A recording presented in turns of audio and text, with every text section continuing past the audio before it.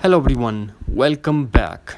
Charging on hold. If you see this message on your iPhone screen while charging, then keep watching this video. So without wasting any time, let's get started. First of all, let me explain what is the meaning of this message. If your iPhone gets heated while charging, then you will see this message, and most commonly we will see this message in iOS 16.5. So what we have to do in this hot season, we have to charge the iPhone in cool environment and remove the iPhone case if you are using silicone case. Maybe because of the silicone case your iPhone will get heated and you will see this message. And also we will do launch settings. Here we have to tap on battery and tap battery health.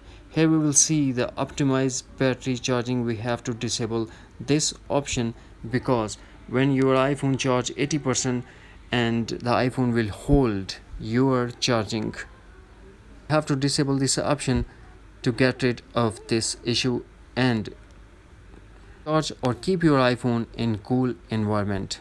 That's it. Hopefully friends, you found this video helpful, so please do like, share and subscribe. Thanks for watching. Take care. Bye bye.